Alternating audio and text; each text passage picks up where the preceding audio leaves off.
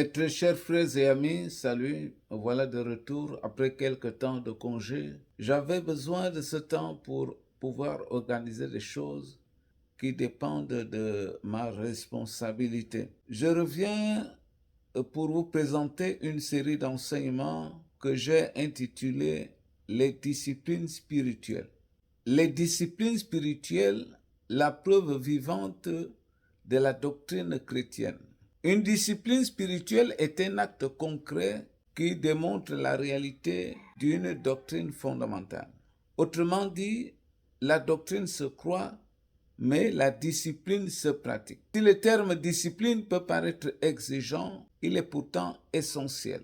Il rappelle que la vie chrétienne ne repose ni sur l'improvisation, ni sur l'émotion, ni sur la convenance personnelle, mais sur des pratiques intentionnelles, régulières et structurées. Beaucoup de chrétiens pensent pouvoir se dispenser de ces actes tout en pensant mener une vie chrétienne épanouie. C'est une illusion.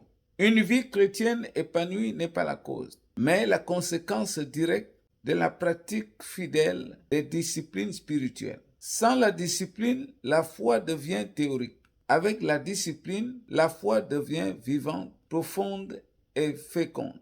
Passons directement à la première discipline spirituelle, la prière. Une discipline fondamentale, réglementée et structurée. La prière est sans doute la discipline spirituelle la plus connue, mais aussi la plus négligée ou mal pratiquée. Beaucoup de chrétiens prient peu, prient par habitude, prient selon leur propre conception. Chacun se fait sa propre idée de la prière, sans cadre, sans règles, sans enseignement solide. Pourtant, la Bible n'a jamais présenté la prière comme étant un acte librement improvisé ou laissé à l'appréciation individuelle. Dans la Bible, la prière est une discipline. Ce n'est pas une option. C'est la raison pour laquelle elle est ordonnée. Prier sans cesse. Elle est apprise. Seigneur, enseigne-nous à prier. Elle est structurée. Jésus donne un modèle précis. Elle est régulière. Jésus, aussi bien que ses disciples, priait à des moments déterminés. Elle est exigeante. Elle demande persévérance, foi et discipline.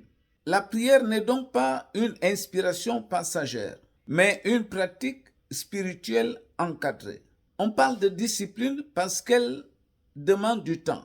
Elle exige de la constance. Elle implique une soumission à des principes bibliques. Elle ne dépend pas de l'humeur, ni des circonstances. On ne prie pas seulement quand on en a envie.